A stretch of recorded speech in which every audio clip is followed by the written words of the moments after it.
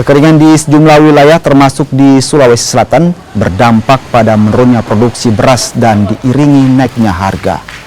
Meski produksi menurun, namun Perumbulok cabang Makassar menjamin ketersediaan beras hingga akhir tahun. Perumbulok juga mengalokasikan 6.000 ton beras gratis di 5 kabupaten dan kota di Sulawesi Selatan, yakni Makassar, Maros, Pangkep, Goa, dan Takalar. Masing-masing keluarga penerima manfaat akan mendapat 10 kg beras.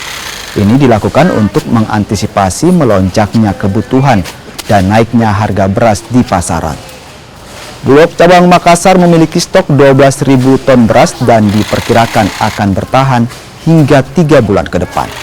Bulog dengan bekerja sama dengan dinas terkait, yaitu Dinas Ketahanan Pangan, Dinas Perdagangan Kota Makassar, kita melakukan kegiatan operasi pasar, gerakan pangan murah maupun kegiatan bantuan pangan, di mana untuk bantuan pangan saat ini sudah berlangsung selama 3 bulan dari September, Oktober, November, dan insya Allah nanti berlanjut sampai dengan Desember.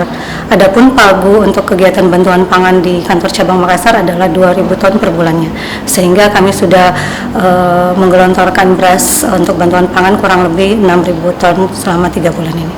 Kalau untuk sasarannya berapa kakak itu?